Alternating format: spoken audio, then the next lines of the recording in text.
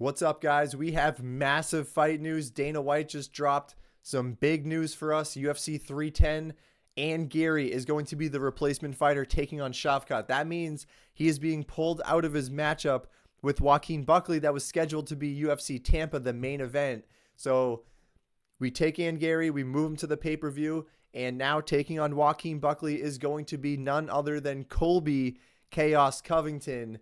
And I've mixed feelings about this fight. I'm not entirely sure what to think of it because on the one side, you have Colby Covington. He is probably one of the most recognizable, one of the more accomplished fighters we have at 170. So in terms of bringing in a big name, a guy who can sell a fight, a guy who can market a fight, he's going to go out there, talk a whole bunch of bullshit. He's a good shit talker. He knows how to stir the pot. He can play those mind games, and I think he does it really well. So I think he can still drum up some excitement for this live event in Tampa, which I like.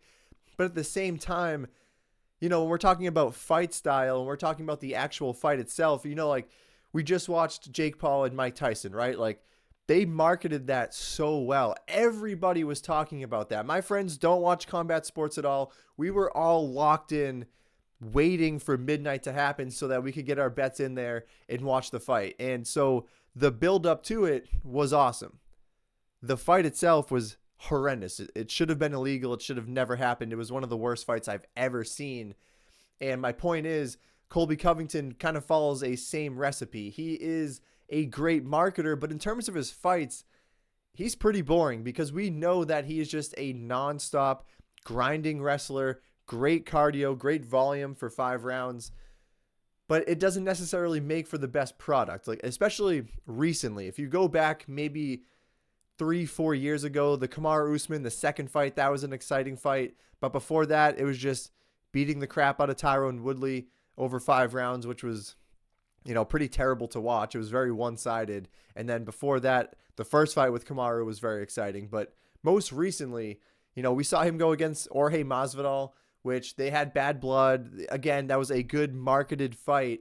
But when it came down to it, it was just Colby Covington racking up takedowns, racking up control time, rinse and repeat for 5 rounds. And it actually was a very boring fight. And then he gets a title shot somehow against Leon Edwards. And it's kind of the same thing. Like he just stares at Leon Edwards for 2 or 3 of those first few rounds and doesn't do anything until rounds 4, maybe rounds 5. Like he actually didn't land a takedown until round 3, only had 30 seconds of control time. He went 0 for 5 in round 4, and it wasn't until round 5 where he actually got his takedown with 3 minutes of control time.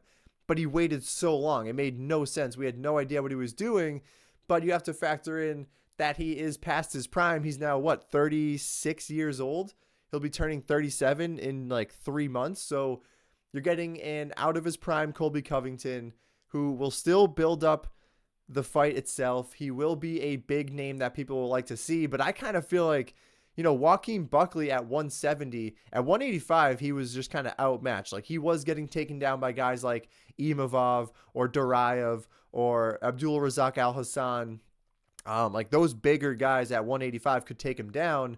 But since he's moved to 170, like the dude is putting together something pretty special. Like he's adding some decent names to his resume. I mean, he dominated Alex Morano, not the best win, but it's a win. It's a solid win.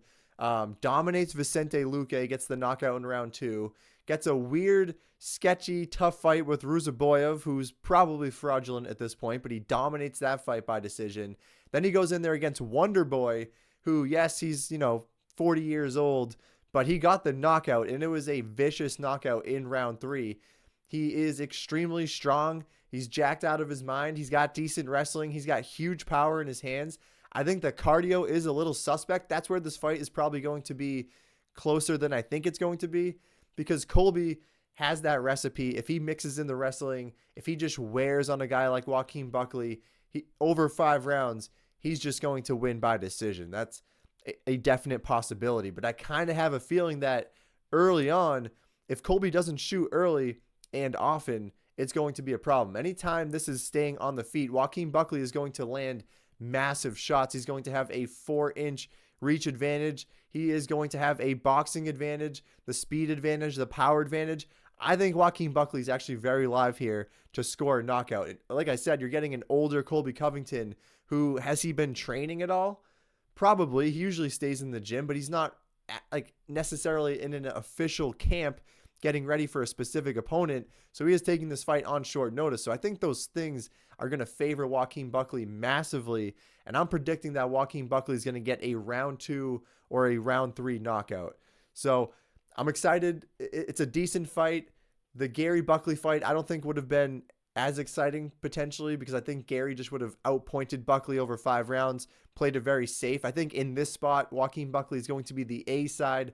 That's going to make it much more exciting. He's going to knock out Colby Covington. That's my prediction as of right now, at least. So make sure to like the video, subscribe to the channel, comment down below, and we'll see you guys next time.